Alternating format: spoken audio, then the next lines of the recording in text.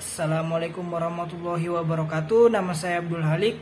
Saya dari kelas B, Prodi Ilmu Hukum, akan menjelaskan tentang pengertian Pancasila sebagai landasan dasar negara. Arti Pancasila sebagai dasar negara adalah sumber dari segala sumber hukum yang berlaku di Indonesia, sehingga Pancasila digunakan sebagai dasar yang mengatur penyelenggaraan negara. Berikut pemaparan Pancasila sebagai dasar negara. Yang pertama, Pancasila sebagai dasar negara, sumber dari segala sumber hukum atau sumber tertib hukum di Indonesia.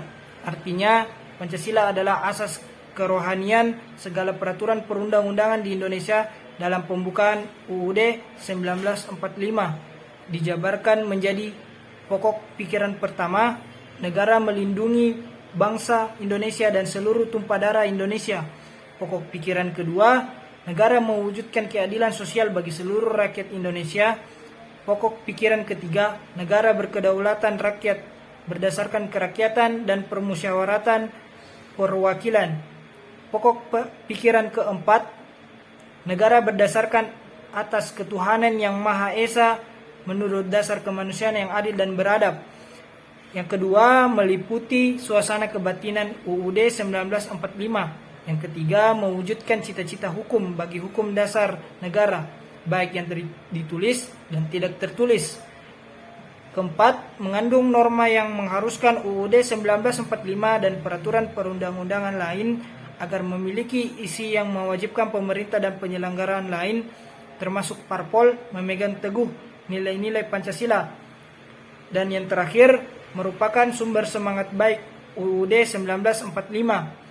Dari uraian yang saya sebutkan, dapat disimpulkan bahwa Pancasila sebagai pandangan hidup bangsa berarti petunjuk mencapai kesejahteraan dan kebahagiaan lahir dan batin di dalam masyarakat yang sifatnya beraneka ragam.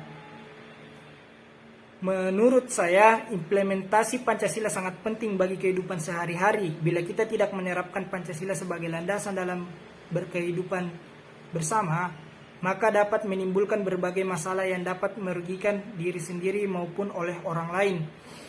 Karena kita sebagai rakyat bangsa Indonesia patut merealisasikan ideologi-ideologi para pembangun negara ini dengan menerapkan Pancasila sebagai landasan utama dalam mempertahankan serta memajukan bangsa dan negara kita ini.